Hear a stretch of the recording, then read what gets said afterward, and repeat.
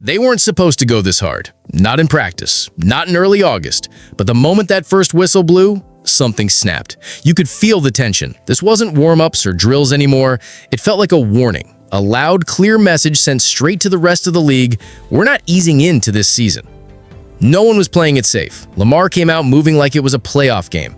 The offense moved fast, the defense hit harder, and every player looked like they had something to prove. There was no laughing, no light reps, no jogging through plays, just fire. Pure football fire. You could see the difference, and you could hear it too.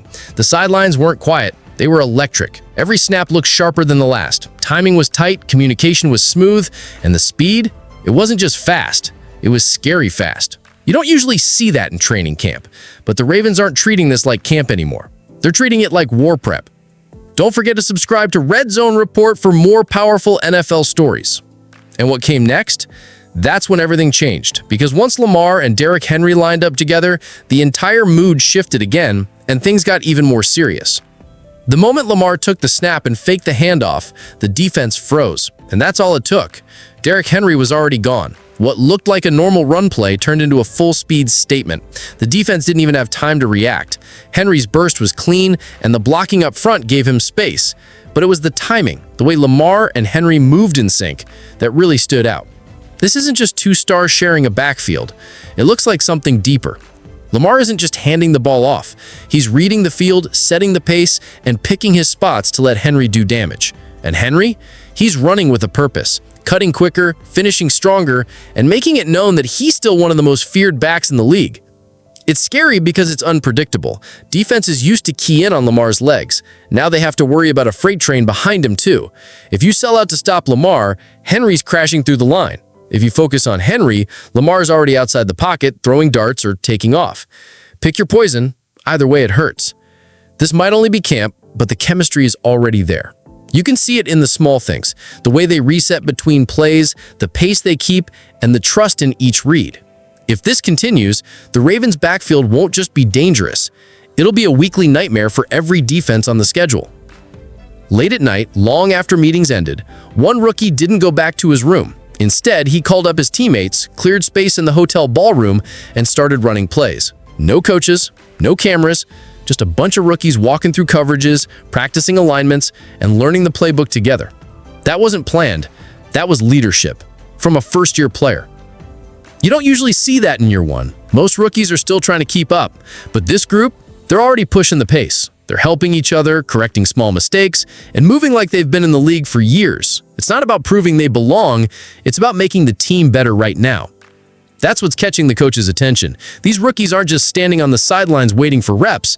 They're studying, stepping up, and demanding real looks in team drills. One DB even called out a coverage shift before the snap, and he was right.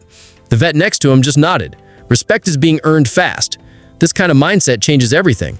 When your youngest players bring this much focus, it spreads. It lifts the entire team. And if they keep practicing like this, it won't be long before some of these rookies stop being next up and start becoming starters. Kyle Hamilton didn't need to talk trash or wave his arms after a big play. He just kept lining up and shutting people down. One rep after another, he stayed glued to receivers, read routes early, and got his hands on the ball. You could see the frustration building on the offensive side. They couldn't figure him out. What makes Kyle stand out isn't just his size or speed, it's how calm he plays. He's not guessing out there. He's reading the quarterback, jumping throws, and making the right decision every time. One play, he broke on a short route and nearly picked it clean. The sideline let out a roar, but he just jogged back like it was nothing. Roquan Smith brought a different kind of energy. Loud, intense, always talking. While Kyle handled the coverage, Roquan was lighting up the run game. He flew into gaps, finished tackles hard, and kept the defense fired up all session long. Together, they set the tone, and nobody on offense got comfortable. That's the kind of pairing that changes games. One leads with fire, the other with ice. But both deliver results. And if this defense keeps practicing at this level, the Ravens might have the most complete unit in the league. No weak links, no soft spots, and no breaks. Keaton Mitchell didn't waste his chance. The moment he touched the ball, he took off like a shot. One quick move to the outside, and he was gone. The defense barely got a hand on him before he hit the open field. If that had been a real game, it might have gone for 6. That kind of burst is rare, and everyone on the field felt it. But it wasn't just speed. Keaton Ramo's purpose. His cuts were clean, his vision was sharp, and every rep looked like it mattered. You could tell he wasn't just trying to look good, he was trying to prove something, and he did. The coaches were watching closely, and so were the veterans. What's even more impressive is how far he's come. Last year, just getting on the field was a fight. Now, he looks like a serious piece of this offense.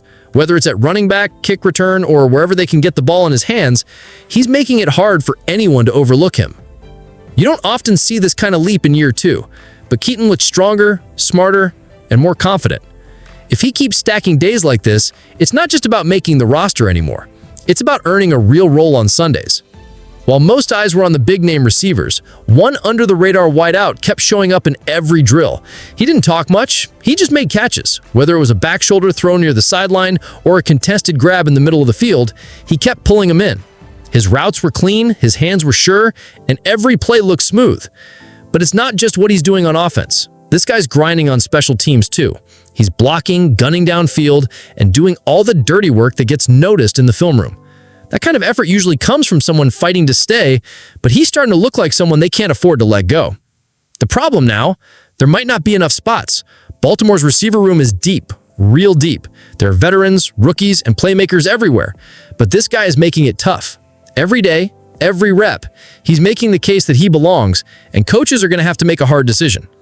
When a player keeps showing up like this, you don't bench him, you find a role for him. Whether it's as a WR4 who can do everything, or a surprise breakout who earns more snaps, he's not going quietly.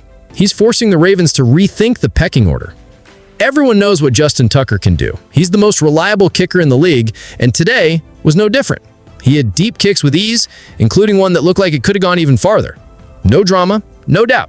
Just another day for number 9. But for the first time in a while, someone else showed flashes that turned heads. A younger leg stepped up and drilled a 68-yarder that got the whole crowd buzzing. It wasn't just luck. The ball had the distance and the control. Coaches paused, reactions reacted, and even Tucker gave him a nod. In a place like Baltimore, that kind of moment doesn't go unnoticed. Special teams battles are heating up fast. Returners are flying, blockers are locking in, and every snap is being treated like game day. There's competition everywhere. And that includes jobs most people assume are already locked in. Nothing's guaranteed anymore, and the effort level is showing it. When you have your core special teams locked in and still see guys stepping up like this, it builds trust across the roster. It's not just about kicking, it's about finding who's ready when the pressure's on. And after today, the Ravens might have more than one leg they can trust. The coaches walked into camp thinking most of the roster was already set. Maybe 1 or 2 spots still up for grabs.